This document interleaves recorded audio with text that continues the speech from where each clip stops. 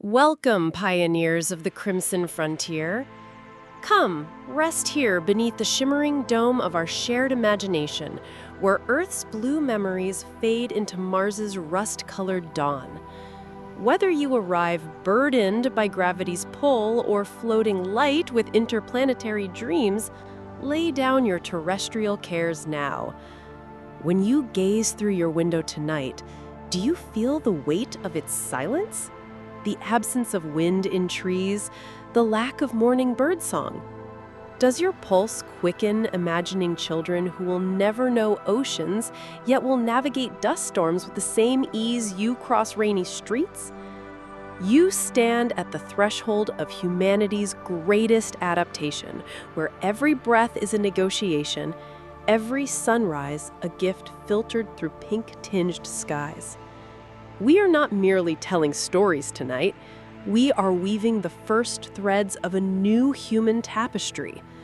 From the iron-rich soil that will birth our crops, to the recycled water humming through habitat veins, to the pressurized suits that become second skins, to the Martian accents taking root in young voices.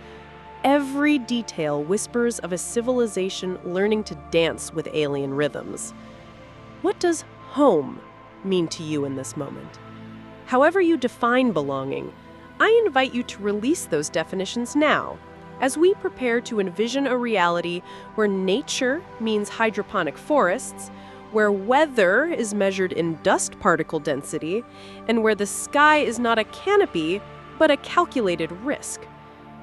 First, take a moment to tell us, where does Mars find you tonight? Are you curled beneath a quilt as Earth's moon casts shadows, or perhaps reading this under artificial lights that mimic a sun millions of miles away? Here, in the quiet between wakefulness and dreams, you'll discover that a day is never just sunrise to sunset, that your body is not fixed, but a fluid architecture adapting cell by cell, that your grandchildren may be born with bones too fragile for Earth's gravity, their eyes attuned to ochre horizons you scarcely imagine. So breathe deeply, in and out, and let the boundaries between science and poetry dissolve.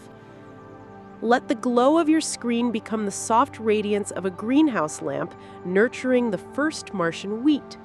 We're about to wander through a reality where frontiers are measured in airlock cycles, where community means sharing not just stories, but carefully rationed nitrogen, and where your very presence in this conversation makes you part of humanity's interplanetary becoming. The challenges are immense, but the vision is luminous. Mars is the blank page where we'll rewrite what it means to be human. And in this hour, you become both author and character in that story, a sacred collaboration. Shall we begin our journey? Fear not, we'll proceed as gently as the first algae blooms in regolith, as patiently as water extracted from frozen soil. Like pioneers peering through a habitat's thick glass, we'll explore from microbial survival to cosmic ambition, until the line between Earthling and Martian begins to blur. The most profound truth is this: you already carry Mars within you, in the iron coursing through your blood, in the carbon atoms forged from stardust, in the restless curiosity that turns red dots in the sky into futures waiting to be born. And it waits, always waits, for you to dare its crimson embrace. The first sunrise on Mars is a slow, silent spectacle. An unfolding of light so gradual, it feels like watching time itself stretch and yawn. The sun, a pale coin hanging in a dusty sky, casts its weak glow across a landscape that has waited billions of years for this moment. The horizon is close, unnervingly so, the planet's smaller radius pulling the curve of the world nearer than any human instinct expects. The light does not blaze as it does on Earth. Instead, it seeps through the thin atmosphere, diffused by fine particles of iron-rich dust that swirl in perpetual suspension. At first, the sky is a deep indigo, almost violet, before softening into a wash of pink and gold, like watercolor bleeding into parchment. The colors are muted, as if the very air is reluctant to reveal them. For the first humans standing on this alien soil, the silence is profound.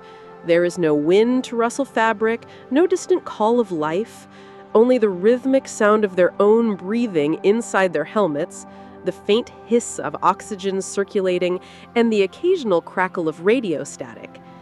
The air pressure is less than 1% of Earth's, so sound cannot travel far. A dropped tool would make no noise, a shout would vanish into the void. The quiet is so absolute it becomes its own presence, a reminder of how alone they are. Their suits are miracles of engineering, a second skin designed to withstand temperatures that swing from minus 195 degrees Fahrenheit at night to a barely tolerable 70 degrees at noon. The outer layers are woven with materials tough enough to resist the abrasive dust, yet flexible enough to allow movement. Inside, a network of tubes circulates coolant while tiny fans hum softly, ensuring no patch of skin grows too hot or too cold. The visors are coated with anti-reflective films, filtering the harsh ultraviolet light that pours unfiltered through Mars's thin atmosphere. Every joint, every seal has been tested and retested, but still, the settlers move with deliberate care, as if afraid the planet itself might reject them. The gravity is the first thing that feels strange. At just 38% of Earth's pull, every motion is both easier and more treacherous. A step becomes a glide, a leap, a slow arc. The settlers quickly learn to move with a dancer's precision, their muscles adjusting to the unfamiliar tug. Dropping an object no longer means a quick snatch to catch it. Instead, it drifts downward, almost lazily, giving ample time to react. Even their bodies feel different, lighter, as if some fundamental anchor has been loosened. Over time, their bones will thin, their muscles weaken, unless they fight against it with rigorous exercise. This is not a world that welcomes human biology. The ground beneath their boots is a tapestry of rust and ochre, a desert sculptured by eons of dust storms and temperature swings.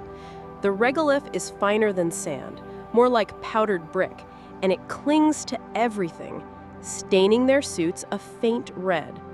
When disturbed, it puffs upward in slow-motion clouds, lingering in the weak gravity before settling once more. Scattered among the dust are rocks, some smooth, worn by millennia of abrasive winds, others jagged, their edges still sharp from ancient volcanic upheavals. The settlers kneel, brushing gloved fingers over the surface, and marvel at how old everything feels. These stones have rested here for billions of years, untouched, unaltered, until now. In the distance, the land rises toward the silhouettes of long-dead volcanoes, their peaks lost in the perpetual haze. Olympus Mons, the tallest of them, is a leviathan, 3 times the height of Everest. Its slopes so gradual they would feel like a gentle incline to walk. But it is dormant now, a relic of a time when Mars was geologically alive. The settlers know that beneath their feet, the planet's core is cold and still, its magnetic field a ghost of what it once was. Without that shield, the surface is bathed in radiation, another invisible threat their habitats must guard against. And yet, for all its hostility, there is a haunting beauty to this world. The way the dust devils spiral across the plains, their ephemeral dances lasting minutes or hours. The way the frost clings to shadowed crevices at dawn, a whisper of water ice sublimating into the thin air. The way the stars, when night falls, are not twinkling pinpricks, but steady, unblinking eyes, undimmed by atmosphere or light pollution. The settlers look up and see Earth among them, a pale blue dot, no longer a world beneath their feet, but a star among stars. This is not just a landing. It is a beginning, the first fragile note in a symphony that will take centuries to unfold. The settlers know they are the vanguard, the ones who will test whether humanity can truly become a multi-planet species. They will plant the first seeds, literal and metaphorical, in this alien soil. They will learn to coax life from a world that has been dead for eons. And when they look back at the footprints they've left in the dust, those marks will outlast them, preserved in the near-permanent stillness of Mars. The red dawn is not just a sunrise. It is the first morning of a new chapter in human history. The human body is a masterpiece of Earth's evolution, fine-tuned over millennia to thrive in a world of blue skies, golden sunlight, and steady gravity. But on Mars, these ancient biological rhythms begin to unravel, rewoven by the planet's gentle but insistent hands into something new. The settlers wake each morning to find themselves subtly changed, their earthly forms gradually yielding to the whispers of this rust-colored world. The first and most profound transformation begins with gravity's light touch. At just 38% of Earth's pull, the body floats through its days with deceptive ease. Within months, the spine begins its quiet rebellion, vertebrae stretching apart like a coiled spring released of its tension. Settlers gain nearly 2 inches in height, their silhouettes elongating into Martian lankiness. But this new stature comes at a cost. Without constant gravitational compression, spinal discs swell with fluid, creating persistent, dull aches that become the background music of life on Mars. The body, ever adaptable, eventually finds equilibrium, but never quite forgets the heavier world it left behind. Muscles tell a similar story of adaptation. The powerful quadriceps and calves that once propelled earthly strides now dwindle, no longer needed to combat gravity's full force. Settlers who neglect their rigorous exercise regimens find their legs becoming slender, almost delicate, better suited to Mars's gentle demands. Arms, too, transform, the reduced weight load allowing for longer, more graceful limbs. Over generations, these changes would accumulate, crafting a Martian physique, willowy and light, moving through the thin air with effortless efficiency. The heart, that tireless earthly laborer, finds unexpected respite in the Martian environment. With less gravitational resistance to overcome, the cardiac muscle gradually reduces its efforts. Echocardiograms showed chambers shrinking slightly, walls thinning as the organ remodels itself for its lighter workload. Blood pressure drops, pulse rates slow, and the circulatory system becomes a more languid river than Earth's rushing torrent. This adaptation serves well on Mars, but poses a cruel irony. The very changes that make life sustainable here would render a return to Earth's gravity potentially deadly. The heart struggling to push blood against forces it has forgotten. Lungs face their own quiet revolution. Mars's thin atmosphere, just 1% of Earth's pressure, forces a complete reimagining of respiration. Even in pressurized habitats, the lower nitrogen environment alters gas exchange at the alveolar level. The body responds by increasing capillary density in lung tissue, creating more surface area for oxygen absorption. Hemoglobin molecules subtly reshape themselves, developing a stronger affinity for what little oxygen exists. Over time, settlers find themselves taking deeper, slower breaths, a rhythmic meditation that matches the planet's own unhurried pace. The eyes, those windows to the soul, become mirrors of Mars's unique photonic landscape. Under the perpetual ochre skies where sunlight filters through iron-rich dust, the retina undergoes subtle rewiring. Cones responsible for blue perception become less dominant, while red-sensitive cells multiply. Pupils dilate wider to capture more of the dimmer light, giving Mars-born children an arresting, wide-eyed appearance. Some settlers report developing limited tetrachromacy, an enhanced ability to distinguish between shades of red and orange that would appear identical to earthly eyes. This visual adaptation serves them well in reading the subtle color cues of their new world, but renders visits to Earth visually overwhelming, the vibrant blues and greens appearing almost painfully intense. The skin becomes a living parchment recording Mars's environmental story. Shielded constantly from unrelenting UV radiation, it pales to an almost luminous white.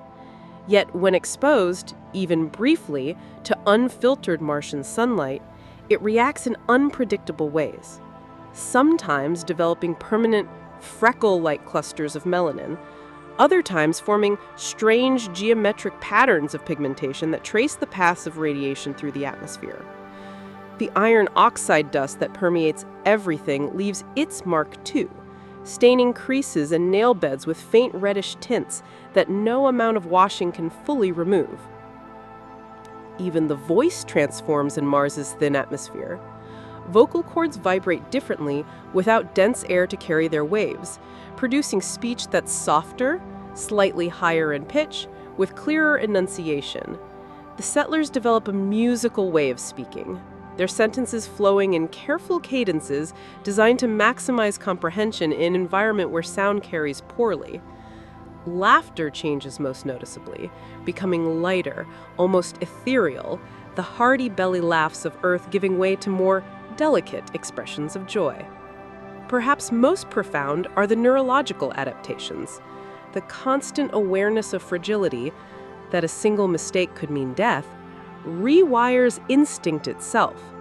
Brain scans show enhanced activity in spatial reasoning centers as settlers develop an almost preternatural awareness of their surroundings. The amygdala, that ancient fear center, becomes less reactive to everyday stresses while maintaining heightened sensitivity to genuine threats.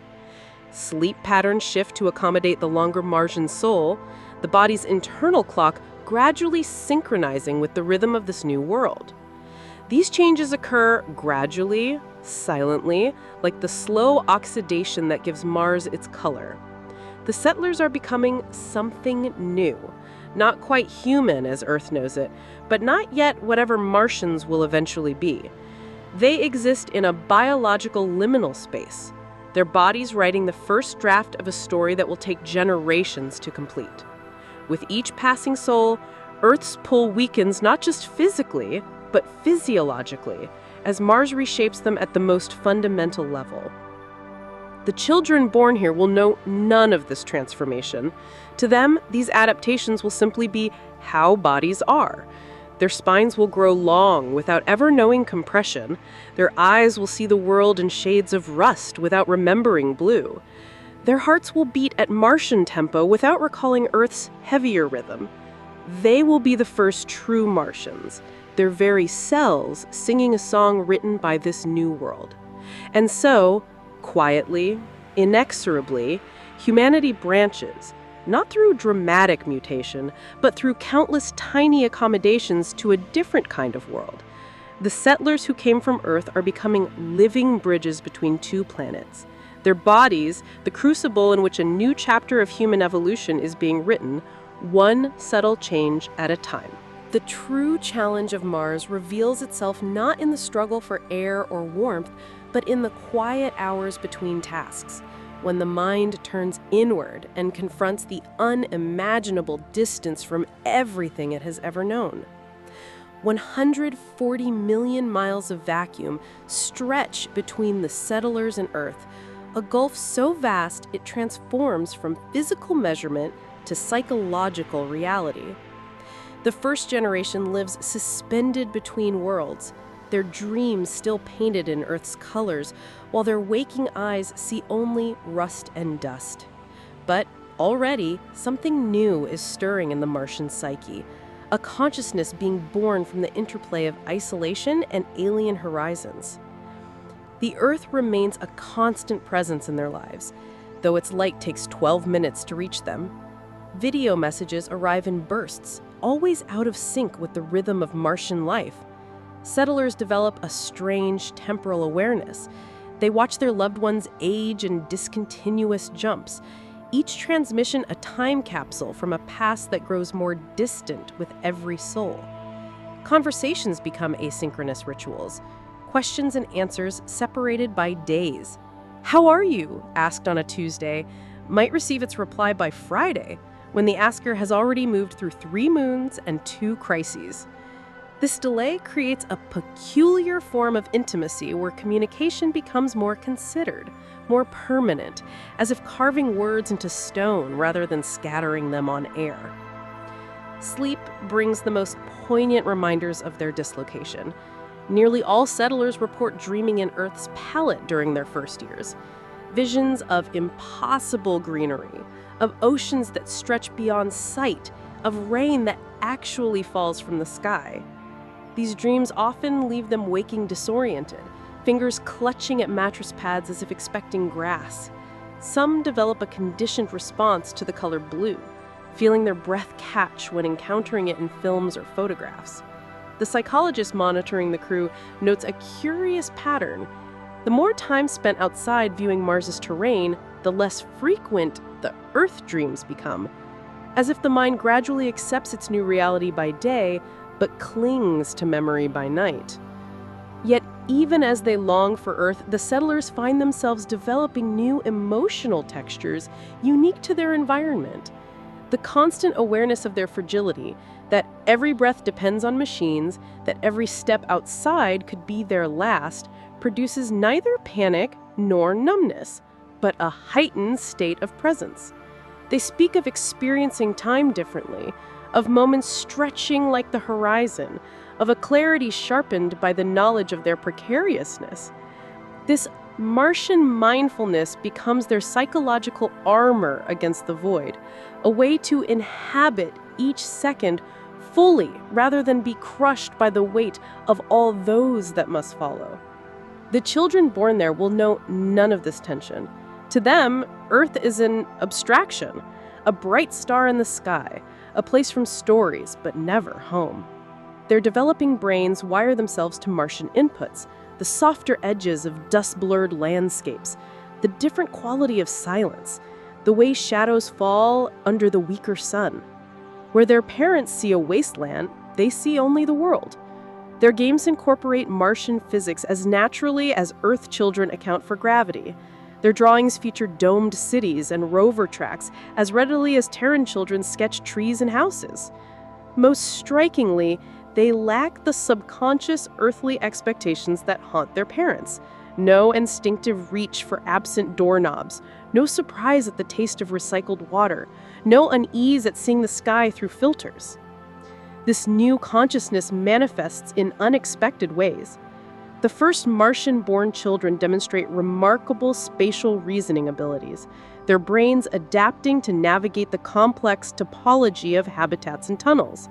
They develop an intuitive understanding of airlock sequences and life support systems that their parents must consciously learn. More profoundly, they exhibit what researchers call system awareness, an innate grasp of their place within a closed ecological loop, a sensitivity to resource flows that Earthlings, raised in an environment of apparent abundance, must cultivate with effort.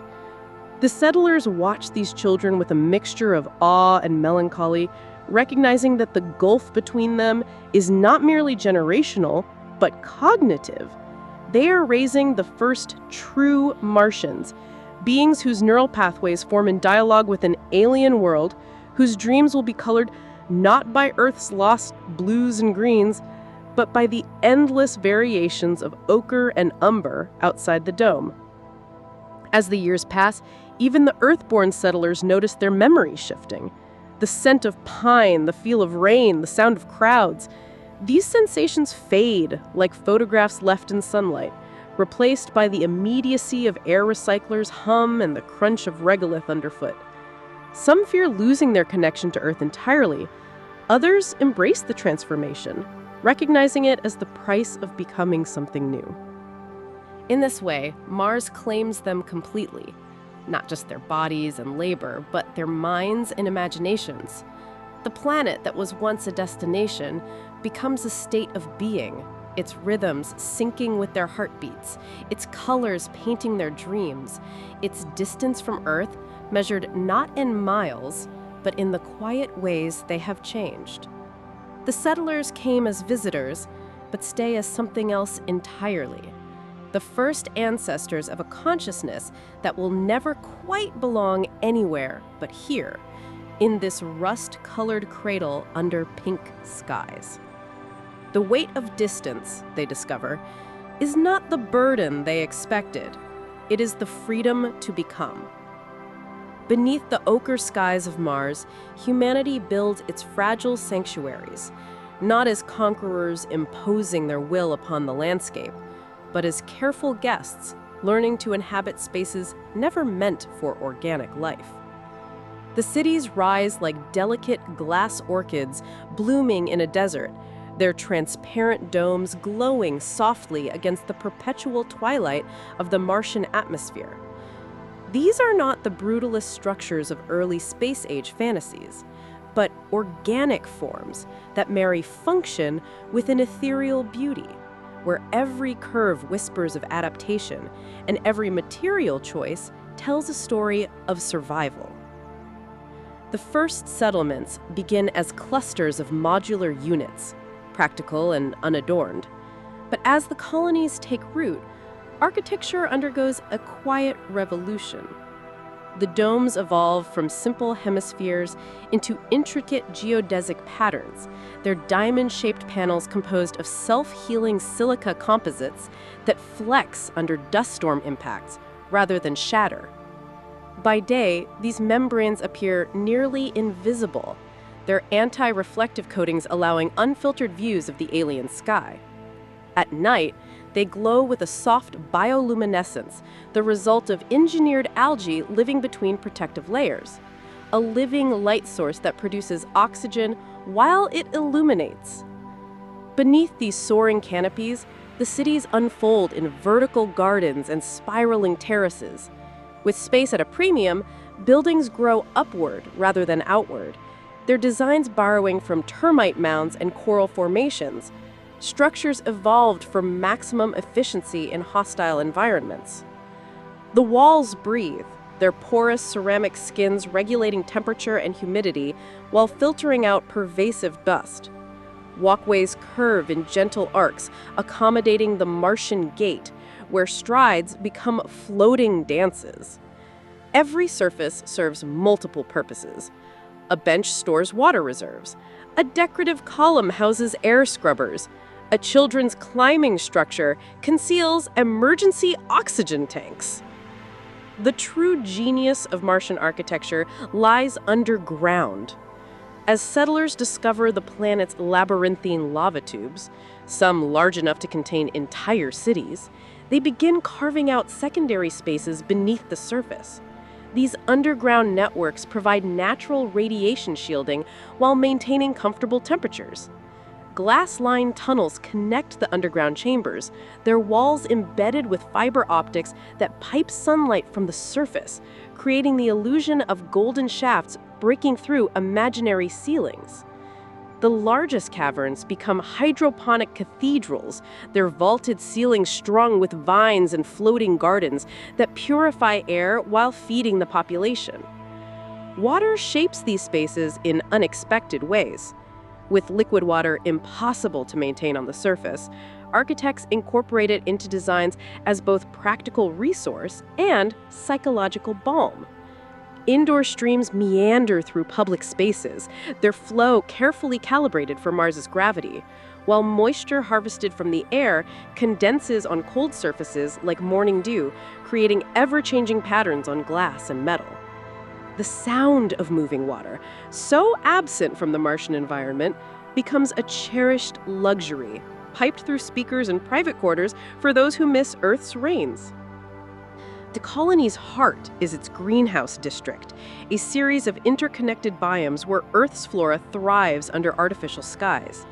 Here, the air smells differently, rich with chlorophyll and soil microbes. Trees grow in slow motion, their cellular processes adjusted to Mars's rhythm, the roots cradled in aeroponic mist rather than dirt.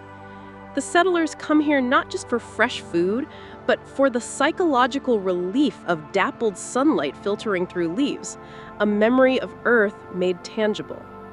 Children born on Mars experience their first rain here as condensation systems simulate gentle showers beneath the glass ceilings. As the colony matures, architectural styles diverge from earthly traditions. Without weather to contend with beyond dust storms, structures take on delicate, almost fragile appearances. Latticework towers that would collapse under Earth's gravity stand tall here. They're open frameworks designed to minimize material use while maximizing strength. The favorite building material becomes a Martian concrete made from regolith and sulfur, which cures without water into beautiful amber-hued structures. Artists incorporate iron oxide dust into glass, creating stained windows that cast the landscape in permanent sunset hues. The most striking evolution comes in how these spaces shape human interaction. With every square meter precious, privacy becomes fluid. Walls fold away to transform private quarters into communal spaces by day. Sound carries differently in the thin atmosphere, leading to open-plan designs where conversations flow like water. Public spaces feature whisper arches that exploit Martian acoustics, allowing soft words to travel surprising distances along curved walls.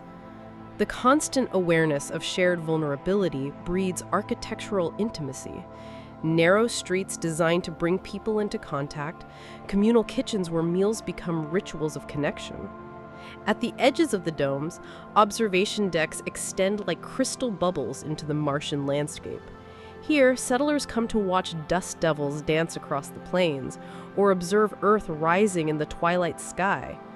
These liminal spaces, neither fully inside nor outside, become the colony's spiritual centers, where people confront the paradox of their existence, living in carefully maintained bubbles of Earth-like conditions, while surrounded by an alien world that constantly whispers of humanity's fragility. As generations pass, the architecture begins to reflect not just survival needs, but a distinctly Martian aesthetic. The harsh angles of early functionalism give way to flowing forms that mirror wind-sculpted dunes. Color palettes evolve from earthly greens and blues to warmer ochres and rusts, not from nostalgia, but because these hues complement the ever-present dust that finds its way into every corner. The cities become living expressions of a new culture taking root, one that honors its earthly origins while embracing its Martian future. These glass cities stand as testaments to human ingenuity, their delicate appearance belying the incredible resilience required to sustain life in such inhospitable surroundings. They represent not just shelter from the Martian environment, but the first flowering of an architectural language that will continue to evolve as humanity puts down deeper roots in the soil of its adopted world.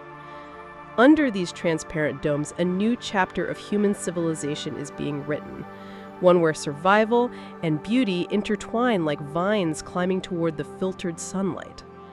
On Mars, time itself becomes fluid, slipping through human fingers like the fine iron dust that coats everything. The planet's languid dance around the sun, 687 Earth days from equinox to equinox, and its 24-hour, 39-minute rotation create rhythms foreign to Earth-born biology, yet increasingly natural to those who make this world their home.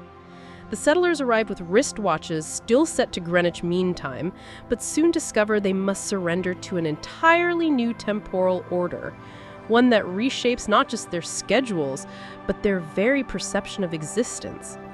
The first challenge comes with the Martian soul, those extra 39 minutes that unravel earthly routines. At first, settlers try maintaining a 24-hour cycle, their bodies stubbornly clinging to circadian rhythms evolved under brighter suns. But gradually, inevitably, Mars wins. Sleep patterns stretch to accommodate the longer day, creating a natural 5-day week of 4 sols work and 1 sol rest that aligns neatly with the planet's rotation. Watches are redesigned with 24 major ticks, 1 per hour, and 39 minor ones, marking the bonus minutes. While digital displays adopt a new standard, 24 hours and 39 minutes, rather than 23 hours, 59 minutes, and 59 seconds. The extra time feels stolen at first, then luxurious, a daily gift of minutes that accumulate into whole bonus weeks over a Martian year. Seasons unfold with majestic slowness on Mars, each lasting roughly twice as long as Earth seasons. The Martian year divides naturally into 12 months of 56 or 58 sols, creating months that feel like small seasons themselves. Northern winter begins with carbon dioxide frost painting the landscape white, while summer brings dust storms that can rage for months, their ochre clouds obscuring the sun. Settlers develop a visceral awareness of these mega seasons, the way light changes angle over sols rather than days, how greenhouse temperatures fluctuate over cycles measured in weeks rather than hours.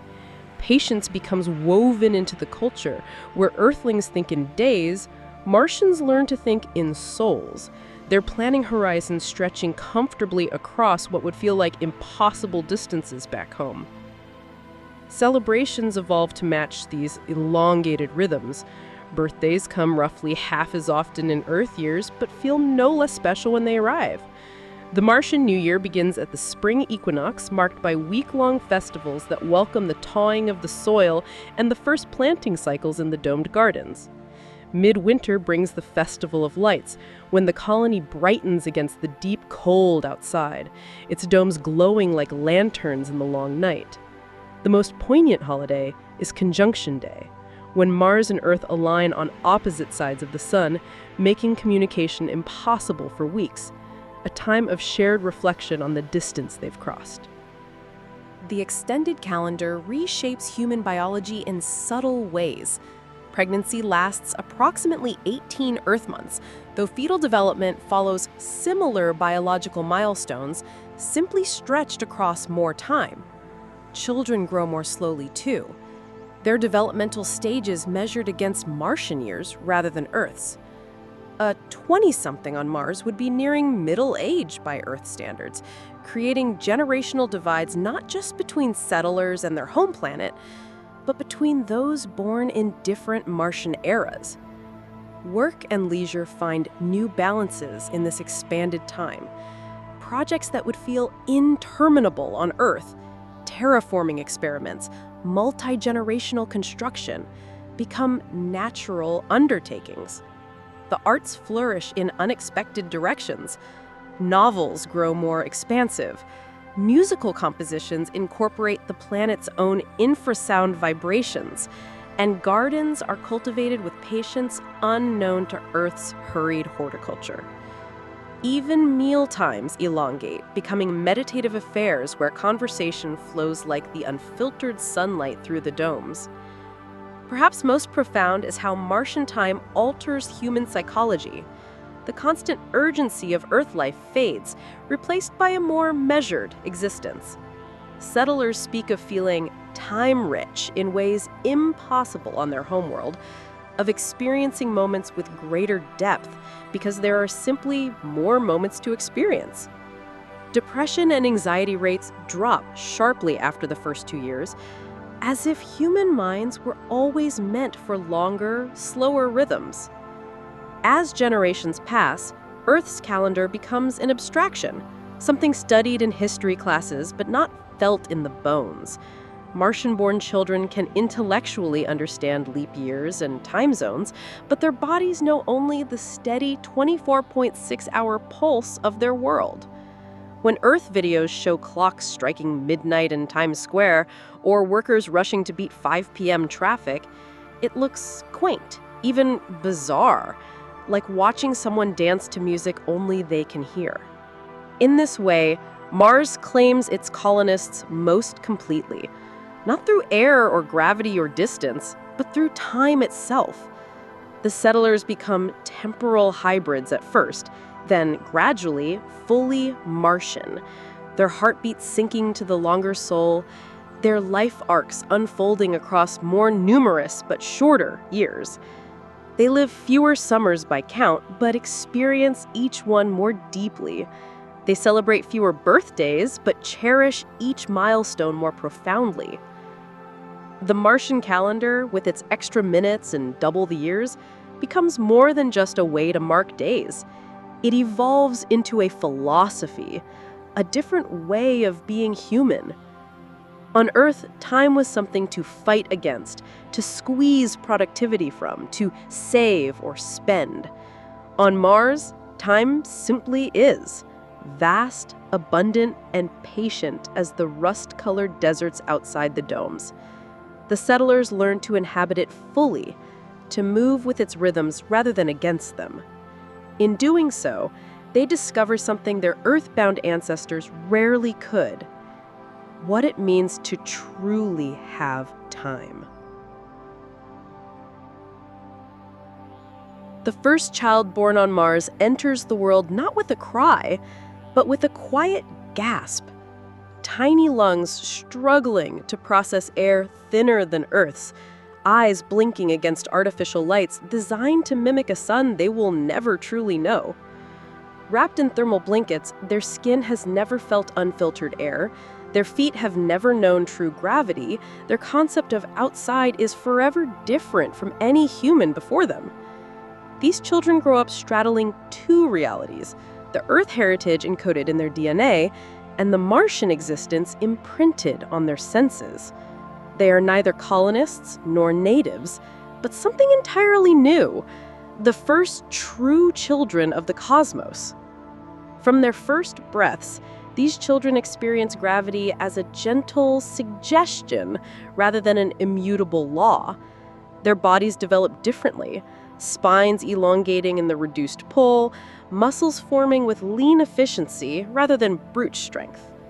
They learn to walk with a bouncing grace that Earthborn settlers can only approximate. Their movements naturally optimized for Martian conditions. When shown videos of Earth children playing, they watch with polite confusion at the effort required to climb or jump, like fish watching birds struggle against the air. Their visual perception evolves under pink skies. Retinas adapt to Mars's perpetual golden hour, developing heightened sensitivity to reds and oranges, while Earth's blues appear almost painfully vivid on screens. Many demonstrate an uncanny ability to spot dust storms forming on the horizon, a survival trait emerging within a single generation. Their eyes grow slightly larger to capture more of the dim sunlight, giving them an arresting, wide-eyed appearance that Earth visitors find simultaneously beautiful and unsettling. The concept of Earth occupies a peculiar place in their consciousness. They learn about oceans through VR simulations, about trees from stories told by parents whose memories grow hazier with each soul. Earth becomes both fairy tale and history lesson, a real place their parents came from, yet as fantastical to them as Mars would be to an Earth child. They can recite atmospheric compositions and geographical facts, but the sensory reality, the smell of salt spray, the weight of humid air, remains abstract. When Earth appears in their sky as a bright blue star, they know intellectually this is humanity's cradle, but feel no deeper connection than to any other celestial body. Language evolves in their mouths. The Martian accent emerges. Consonants softened by the thin air, vowels stretch slightly longer to accommodate different acoustics. They developed unique vocabulary for phenomena Earth lacks, words for the way dust clings to surfaces, for the particular loneliness of an empty airlock, for the sound of a habitat expanding under temperature changes. Their humor revolves around mishaps with recycling systems and the absurdity of Earth's weather patterns, creating cultural references their parents only partially understand. Their relationship with nature is paradoxical, Having never walked through an unbounded forest or swum in open water, they develop profound connections to the carefully curated ecosystems inside the domes. A single oak tree becomes a towering monument, a koi pond an entire wilderness. At the same time, they regard the actual Martian landscape outside with casual familiarity, its lethal vacuum and radiation no more frightening to them than a thunderstorm would be to an Earth child. They draw pictures with equal enthusiasm of Earth jungles they've never seen and Martian canyons they've only viewed through reinforced glass. Psychologically, they exhibit traits foreign to Earth-bound humans. Risk assessment becomes second nature. Every action automatically weighed against life support parameters. They demonstrate remarkable system thinking, intuitively understanding closed ecological loops that baffle new arrivals from Earth. Their games incorporate airlock protocols and hydroponic maintenance as readily as Earth children play house or school. Yet for all their practical adaptability, they struggle with certain Earth concepts. Why anyone would need to save water on a planet covered in it, or how borders could exist on a continuous landmass. The most profound difference emerges in their sense of belonging. Earth-born settlers always carry some lingering displacement, their subconscious expecting blue skies even after years on Mars. But the children know only this world, its rhythms, its colors, its quiet. When asked, "Where are you from?" they answer without hesitation, Mars. Not as a statement of residence, but of identity. This terrifies some of the original colonists, who realize their children will never truly share their nostalgia for Earth. It also fills them with awe. These fragile, adapted bodies represent humanity's first step toward becoming an interplanetary species. These children grow up between two worlds, one they can never visit, one they can never leave. They will spend their lives explaining Martian reality to Earth relatives who can't fully comprehend it, while simultaneously puzzling over Earth customs that seem arbitrary under red skies. They are the first humans for whom space isn't a frontier to cross, but a fundamental fact of existence, the silent void always just beyond the dome glass. In their eyes, humanity glimpses its possible future, not as explorers visiting other worlds, but as creatures who belong to them. They are living proof that home isn't just the world that birthed us, but any world that shapes us. And as they play beneath the artificial sunlight of the habitat gardens, their laughter echoing through corridors that will one day feel as ancient as Earth's caves, they carry no awareness of their historic significance. To them, it's all perfectly ordinary. They're just children. On Mars. Where else would they be? The dream begins quietly, with machines whispering across the rust-colored plains, their tracks leaving temporary scars that the wind will erase in decades. These are the first gardeners of Mars, autonomous factories that exhale superheated greenhouse gases into the thin atmosphere, their solar arrays unfolding like delicate petals to drink in the weak sunlight. Their work is measured not in days or years, but in generations, a patient awakening of something that has slept for billions of years. The terraforming of Mars is not a single project, but a symphony of interlocking processes, each moving at its own glacial pace, together composing the most ambitious ecological experiment in human history. The first fragile changes are almost imperceptible. As the atmospheric pressure creeps upward from 6 millibars toward 100, settlers notice small miracles: water boiling at slightly warmer temperatures, the sky deepening from black to a twilight purple at noon. The polar caps, those vast reservoirs of frozen carbon dioxide and water, begin surrendering their treasures molecule by molecule.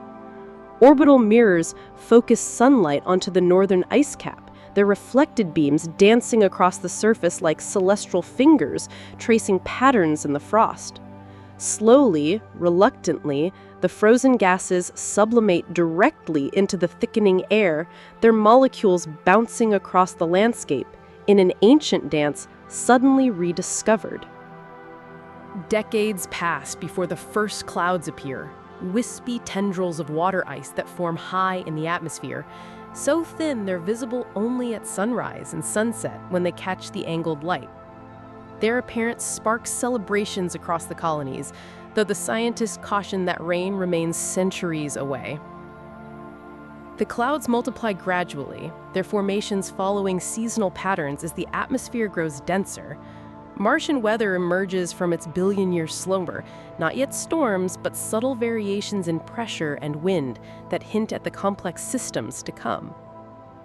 The temperature rises degree by painstaking degree. Genetically engineered algae spread across the equatorial regions, their dark surfaces absorbing sunlight to warm the soil beneath. As the permafrost begins to thaw at low latitudes, hidden reserves of water vapor and nitrogen seep into the air. The settlers monitor these changes with a mix of scientific detachment and childlike wonder, knowing they are witnessing the first breaths of a world coming back to life.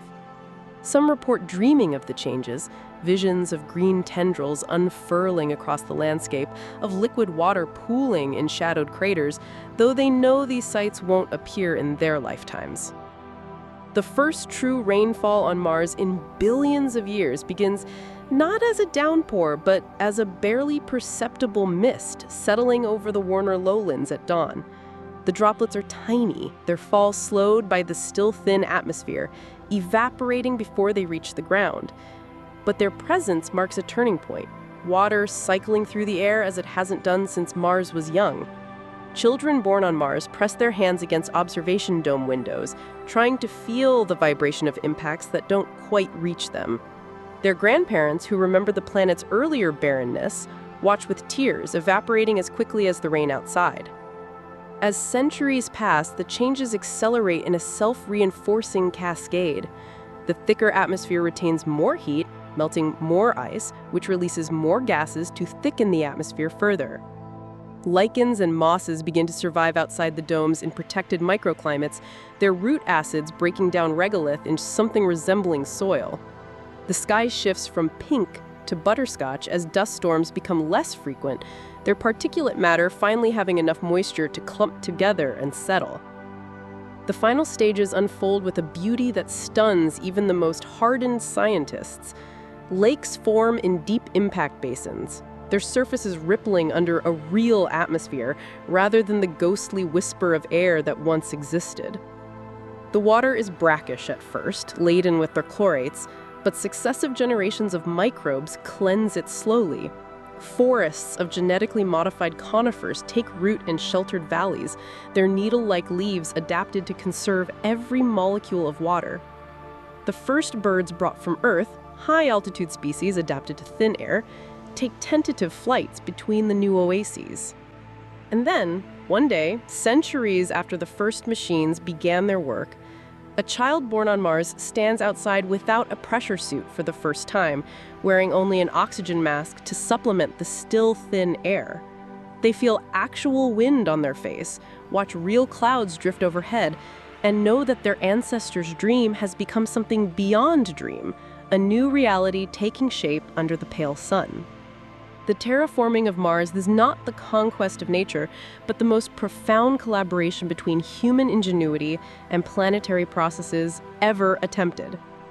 In awakening Mars, humanity doesn't just change a world, it changes what's possible for worlds everywhere. The dream that began with whispered machines becomes a living testament to patience and vision, proof that even a dead planet can be coaxed back to life if given enough time and care. And as the first true rain finally falls on upturned faces, the settlers realize they've done more than transform Mars. They've transformed what it means to be human. We are no longer creatures of just one world, but midwives to new biospheres, shepherds of resurrection for planets left fallow by time. The dream continues, slower than a heartbeat, but more persistent than gravity, as Mars awakens from its long, cold sleep, one molecule at a time. And with each passing generation, the line between what Mars was and what it's becoming grows fainter, until one day people will struggle to remember when the red planet was truly red, when its skies were clear, when its surface was barren. They'll walk through forests that were once dust plains, sail lakes that were once dreams, and look up at a sky that their ancestors would barely recognize. And in that moment, they'll understand that the most powerful force in the universe isn't gravity or nuclear fusion, but the patient, persistent will to make a home among the stars. The first generation of Martians clings to Earth traditions like precious heirlooms, festivals celebrated on Terran dates, recipes adapted to greenhouse-grown ingredients, lullabies softly sung in languages that evolved under blue skies. But Mars is patient, and with each passing generation, these customs transform, mutating like organisms adapting to new environmental pressures. What emerges is neither purely earthly nor distinctly Martian, but something altogether new. A culture shaped by domed cities and dust storms, by recycled air and the ever-present awareness of fragility. Language is the first to change. The thin Martian atmosphere alters pronunciation, softening consonants and stretching vowels, creating an accent that sounds melodic to Terran ears. Words for earthly phenomena, rain, ocean, forest, persist, but become abstract, their meanings drifting like the sands outside the habitats. Meanwhile, new vocabulary blooms to describe Martian realities. Sol slip for the disorientation of missing one's sleep cycle, dome glow for the particular quality of sunlight filtered through protective membranes, void silence for the absolute stillness beyond the airlocks. English, Mandarin, Spanish, and other Earth languages blend at the edges, sharing words where Martian experience demands them. A Creole emerges, its grammar reflecting the efficiency required in closed ecosystems where every breath is precious. The arts undergo their own metamorphosis. Painters work in iron oxide pigments sourced from the regolith itself, their palettes naturally favoring the spectrum of Martian landscapes, ochres, umbers, dusty pinks. Sculptures incorporate recycled habitat materials, their forms echoing the curvature of domes and tunnels. Music evolves to suit Martian acoustics. Compositions feature longer sustains to fill the thin air, while percussion takes on new importance, the rhythmic sounds of life support systems becoming a cultural heartbeat. The most striking development emerges in pressure art, installations that use airlock chambers as performance spaces, where the act of repressurization becomes a metaphor for rebirth. Earth's culinary traditions transform beyond recognition. Dishes that required open flames or abundant water adapt to induction cooktops and closed-loop systems. Bread rises differently in lower gravity, requiring new baking techniques. The first Martian-grown coffee beans produce a brew that tastes subtly of the minerals they drew from regolith, creating a terroir unlike anything on Earth. Shared meals become sacred rituals, not just for nutrition, but for the psychological comfort of breaking bread in a world where food never comes effortlessly. The phrase home cooking takes on poignant new meaning when home is a pressurized habitat 140 million miles from Earth's soil. Religious practices evolve to incorporate Martian realities. The Ramadan fast adjusts to the longer sols, Buddhist meditation embraces the void silence beyond the domes, and Judeo-Christian creation stories gain new interpretations when recited under alien skies. Some settlers develop entirely new spiritual practices centered around balance and recycling, prayers whispered to water reclamation systems, small offerings made to oxygen gardens. Death rituals incorporate airtight burial pods that return nutrients to the ecosystem, a literal cycle of life and rebirth. Earth's national identities blur and reform along new lines. In the cramped intimacy of early habitats, old territorial disputes seem absurd, What meaning do borders hold when your entire world measures a few square kilometers? New affiliations emerge based on dome sectors or professional specialties rather than ancestral homelands. The question, "Where are you from?" yields increasingly complex answers as generations pass. Which habitat? Which crater? Which orbital platform? Patriotism redirects towards collective survival, pride in efficient water recycling, in high-yield algae farms, in the shared accomplishment of another safe soul. Yet for all these changes, echoes of Earth persist in unexpected ways. Children who have never seen an ocean still draw pictures of fish at school. The tradition of hanging lights during winter solstice survives, though the Martian winter lasts twice as long. Folk tales mutate. The big bad wolf becomes the failing air filter, the fairy godmother a timely supply shuttle from Earth. The human need for story, for ritual, for connection to something larger than oneself transcends planets, even as its expressions transform. The most poignant preservation is the simple act of pressing hands against observation dome glass to feel the vibration of dust storms, a gesture that unconsciously mirrors children touching aquarium glass back on Earth. In that moment of connection across worlds and generations, the essential humanity remains unchanged. The wonder, the curiosity, the need to reach beyond barriers. Mars does not erase Earth's legacy, it distills it. Like light passing through a prism, terrestrial culture fractures into new spectrums under alien skies.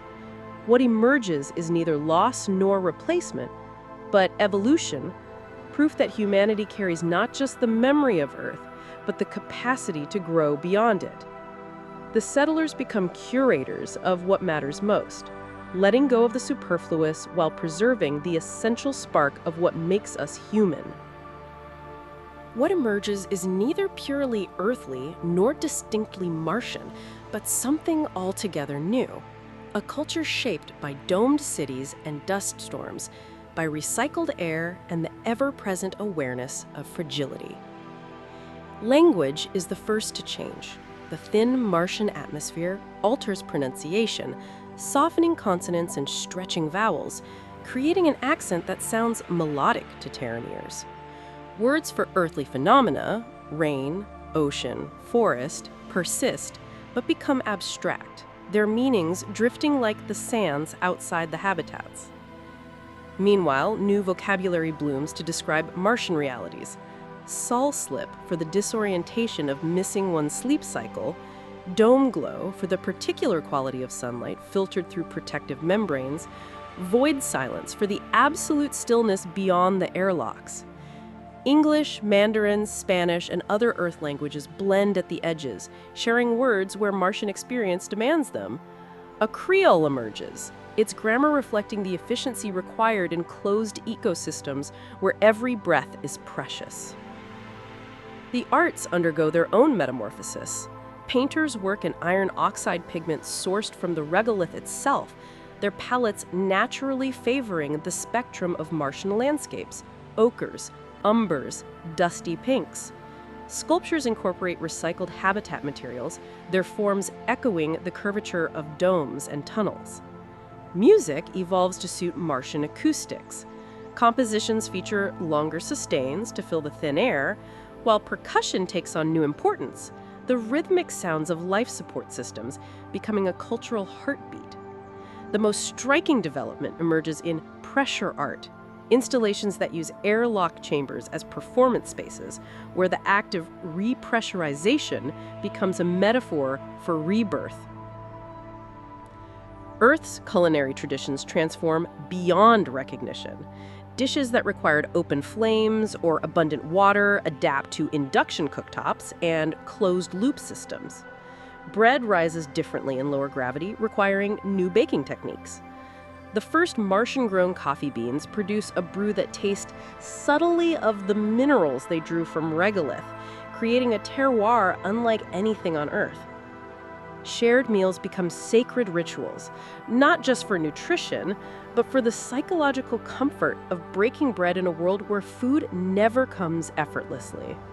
The phrase home cooking takes on poignant new meaning when home is a pressurized habitat 140 million miles from Earth's soil.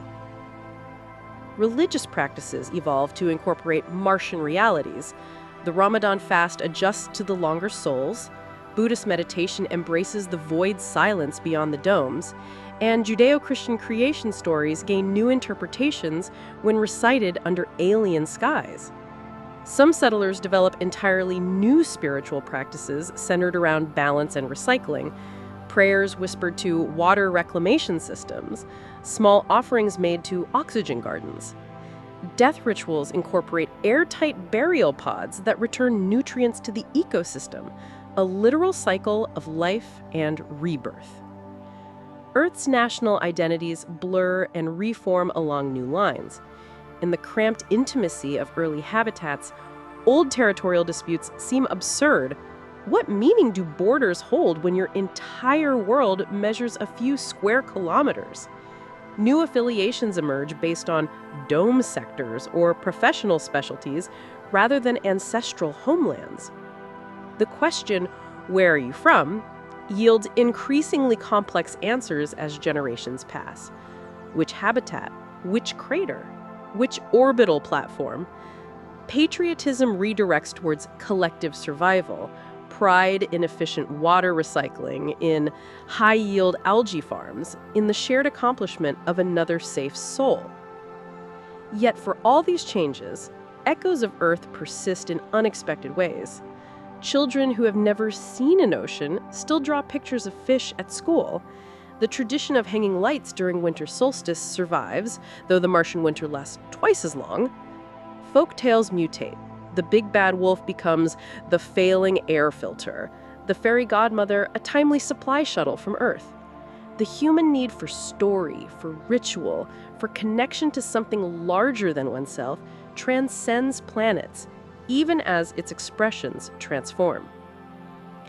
The most poignant preservation is the simple act of pressing hands against observation dome glass to feel the vibration of dust storms, a gesture that unconsciously mirrors children touching aquarium glass back on Earth. In that moment of connection across worlds and generations, the essential humanity remains unchanged. The wonder, the curiosity, the need to reach beyond barriers.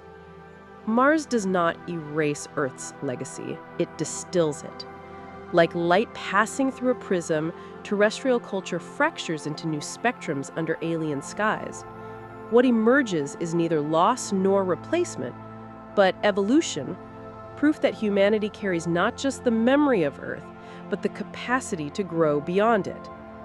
The settlers become curators of what matters most, letting go of the superfluous while preserving the essential spark of what makes us human.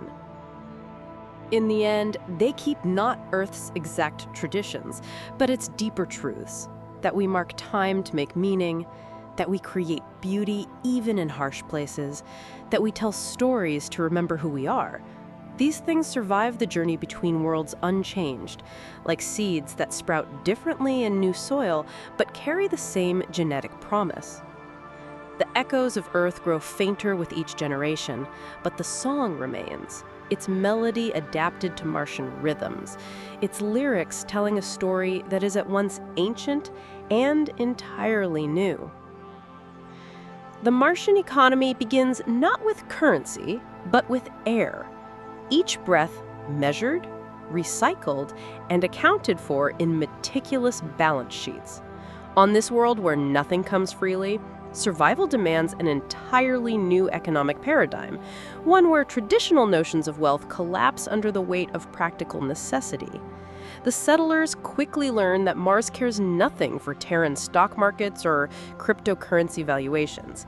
Here, true capital is measured in grams of nitrogen extracted from the soil, in watts of solar energy captured during the brief daylight hours, in liters of water reclaimed from stubborn permafrost. The planet's rusty surface becomes both bank vault and factory, its mineral wealth slowly yielding to human ingenuity in ways that reshape fundamental concepts of value and exchange. Water is the first currency, the gold standard of Martian economics.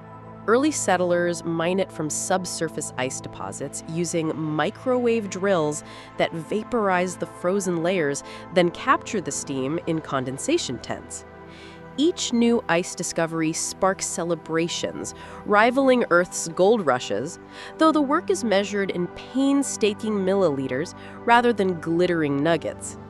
The water towers that rise beside habitats serve as both storage tanks and status symbols, their levels watched with the nervous attention Wall Street once reserved for ticker tapes.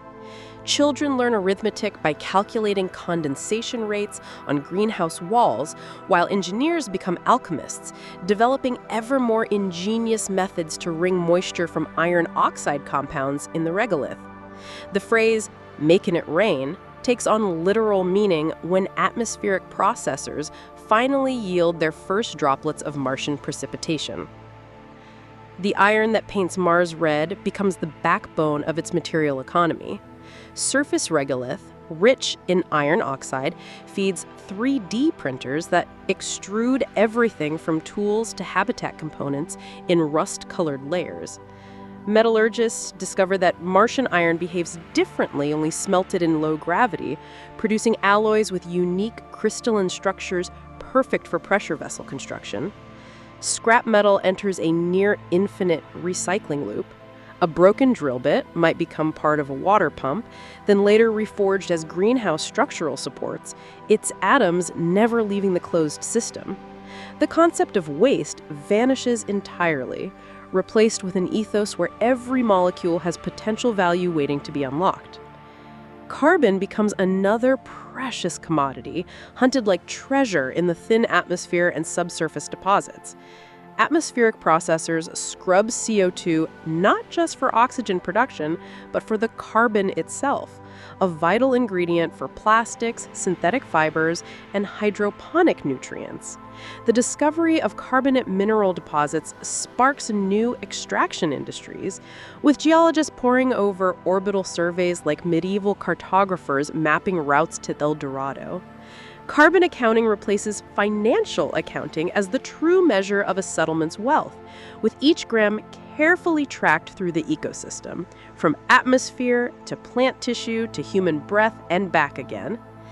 Energy economics follow patterns unimaginable on Earth.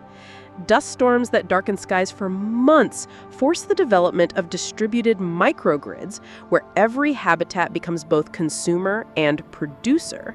The concept of peak demand vanishes when survival requires constant surpluses, with energy banks storing compressed gas and flywheel inertia against the long nights. Nuclear reactors brought from Earth become treasured assets, their fuel rods guarded like crown jewels, while experimental fusion plants promise energy independence that could make or break the colony's future. The labor market values skills Earth once took for granted. Botanists who can coax maximum yield from aeroponic systems command respect, and extra shower rations, once reserved for celebrity CEOs. HVAC technicians who keep air scrubbers running become the new financial elites, their knowledge literally keeping everyone alive. Even children contribute, their small hands perfect for delicate hydroponic maintenance tasks, their school projects focused on improving water reclamation systems. The traditional divide between blue-collar and white-collar work evaporates. On Mars, every color is stained with regolith dust. Trade with Earth follows brutal arithmetic. The energy cost of sending 1 kilogram from Earth's gravity well means only the most precious cargo makes the journey: medical isotopes, genetic material, microelectronics. In return, Mars exports scientific knowledge and hard-won technological innovations born of necessity. The most valuable export proves to be Martian patents, closed-loop life support breakthroughs that Earth's climate-ravaged cities desperately need. Intellectual property becomes the colony's first true interstellar commodity, traded across the gulf between worlds. As the decades pass, a distinctly Martian economic philosophy emerges from this resource reality. The old Terran cycles of boom and bust make no sense in an environment where bust means suffocation. Instead, a steady-state economy takes root, prioritizing resilience over growth, sustainability over speculation. The concept of interest changes when your bank is a water tank and your investments are algae strains. Capitalism and socialism alike transform in this crucible, merging into pragmatic systems where private initiative serves collective survival. The ultimate Martian luxury: space. Not outer space, but personal space. An extra square meter in one's quarters, a private shower schedule, a garden plot not shared with 12 neighbors. These become the true status symbols, more coveted than any Terran sports car or designer label ever was. Yet, even as the colony grows more prosperous, the early ethos persists. Every resource is borrowed, never owned. The water in your glass has been drunk by generations before you and will sustain generations after. The air you breathe is on loan from the community. In this red economy, humans finally learn what their Earth ancestors rarely could: that real wealth was never paper or pixels, but the fundamental elements of existence itself. Mars teaches that lesson daily in the hum of water recyclers and the glow of solar arrays, in the careful ledgers tracking every gram of nitrogen and kilowatt of energy. The settlers become the first humans to fully understand the cost of everything, and in doing so, rediscover the value of what truly matters. The Martian economy doesn't just sustain life, it redefines it, crafting a new relationship between humans and the resources they depend on. In this red crucible, humanity learns at last that survival and sustainability aren't economic theories, but daily practices written in rust and ice and breath. The settlers keep no stock exchanges, but their ledgers record something more profound: the balance sheet of an entire world coming to life. Standing on the rust-colored plains of Mars, gazing at the tiny blue dot of Earth hanging in the twilight sky, humanity undergoes a quiet revolution in consciousness. The settlers who first arrived saw themselves as pioneers conquering a new world, but their children understand a deeper truth. Mars is not a destination, but a doorway. The thin atmosphere and weak gravity that once represented limitations now reveal themselves as advantages, proving grounds for technologies and mindsets that will carry life far beyond this ruddy stepping stone. Living on Mars reshapes human ambition itself, transforming the species from Earth-bound creatures to true citizens of the solar system. The first lesson Mars teaches is adaptability. Where Earth's environment cradles life with its thick atmosphere and abundant water, Mars offers no such comforts. Every breath must be manufactured, every calorie carefully tracked through closed ecological loops. This constant negotiation with a hostile world breeds a new kind of intelligence, one that sees environments not as fixed backdrops, but as systems to be understood and carefully modified. Children raised in the domes develop an instinctive grasp of life support systems that would astonish Terran engineers. To them, balancing atmospheric gases is as natural as breathing. This adaptive mindset becomes humanity's greatest asset as it looks towards the ice moons of Jupiter and the methane lakes of Titan. Mars's position between inner and outer solar system proves ideal for developing the next phase of spacefaring technology. The planet's lower escape velocity makes launching ships dramatically easier than from Earth, while its proximity to the asteroid belt provides access to mineral wealth that would be uneconomical to retrieve from Terran gravity wells. Orbital shipyards around Mars begin constructing vessels designed for the outer system, their hulls reinforced against intense radiation, their propulsion systems optimized for the different orbital mechanics beyond the asteroid belt. The first true interstellar spacecraft will likely be born in Martian orbit, assembled from materials mined on Phobos and Deimos. The Martian day, only slightly longer than Earth's, proves an ideal testing ground for biological rhythms in space. While Earth's 24-hour cycle dominates terrestrial space stations, Martian colonists demonstrate how human circadian systems can adapt to different rotational periods, knowledge crucial for future colonies on worlds with even longer days. The development of artificial gravity systems in Mars's low gravity provides key insights for ships bound for destinations where surface gravity ranges from Mercury's 0.38 g to the ice giant's 1.1 g. Perhaps most profound is how Mars reshapes humanity's sense of time. Projects that seem impossibly long-term on Earth, terraforming, multi-generational space missions, century-long infrastructure development become routine planning horizons. The settlers think in terms of Martian decades rather than Earth years, their patience stretching to match the slower rhythms of interplanetary travel. This temporal flexibility prepares them mentally for the vast distances and timescales of outer solar system exploration, where communication delays stretch from minutes to hours, and round-trip supply missions might take decades. The Martian approach to resources revolutionizes space colonization economics.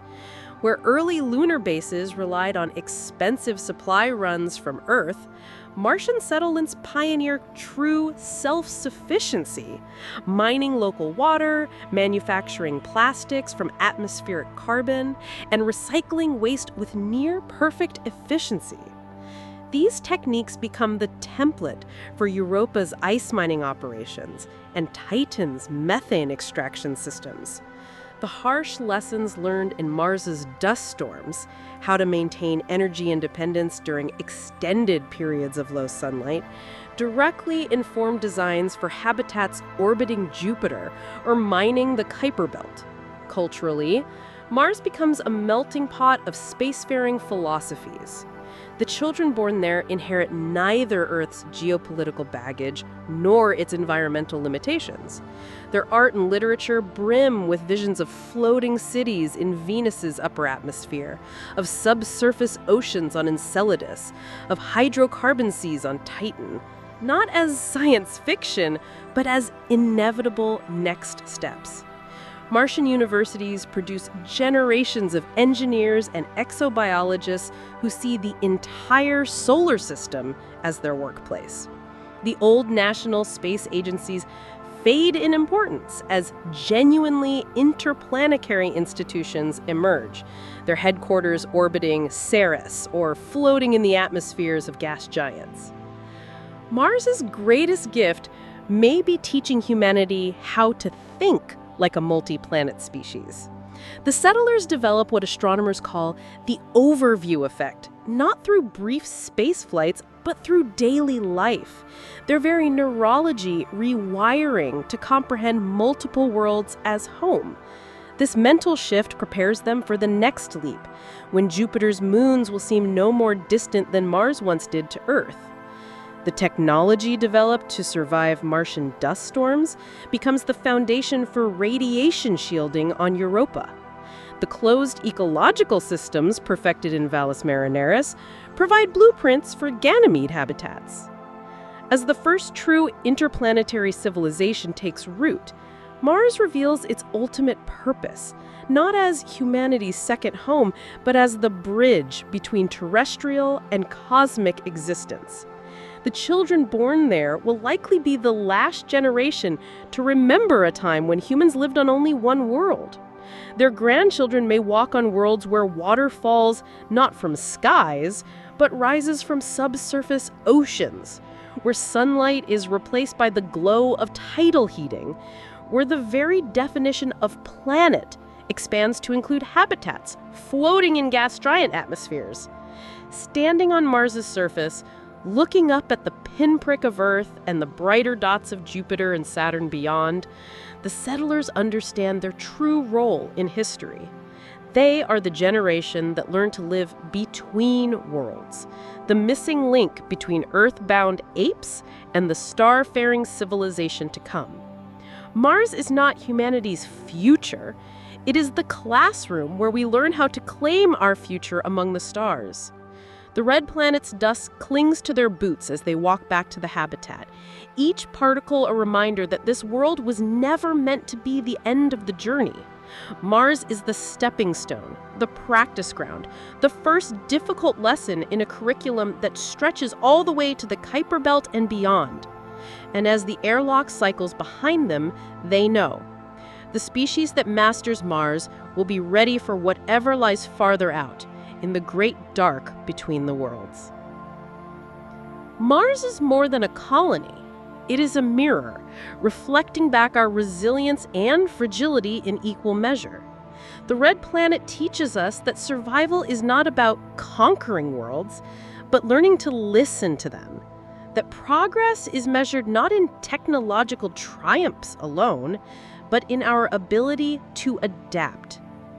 Sleep now, dreamer of red horizons, beneath the gentle glow of habitat lights that mimic a sun you've never truly known. Let the hum of oxygen recyclers and the whisper of air vents sing you a lullaby of survival and ingenuity. Outside the dome, the dust storms may rage and the stars may burn cold, but here, in this fragile bubble of warmth and breath, you are safe, cradled by the collective will of those who dared to make a home in the void. The rust-colored world outside will wait patiently for your return. Its ancient sands hold the footprints of pioneers and the unmarked graves of those who gambled on this grand experiment. Mars does not judge our fragility. It simply reminds us, moment by moment, that we are guests here. And yet, as you drift into sleep, know this: with every breath you recycle, every seed you coax from alien soil, every child born under pink skies, you are writing the next verse in humanity's oldest song, the one that began in tidal pools and now echoes through pressurized domes. Good night, Stardust child of two worlds. May your dreams weave between Earth's blue memories and Mars's crimson promises.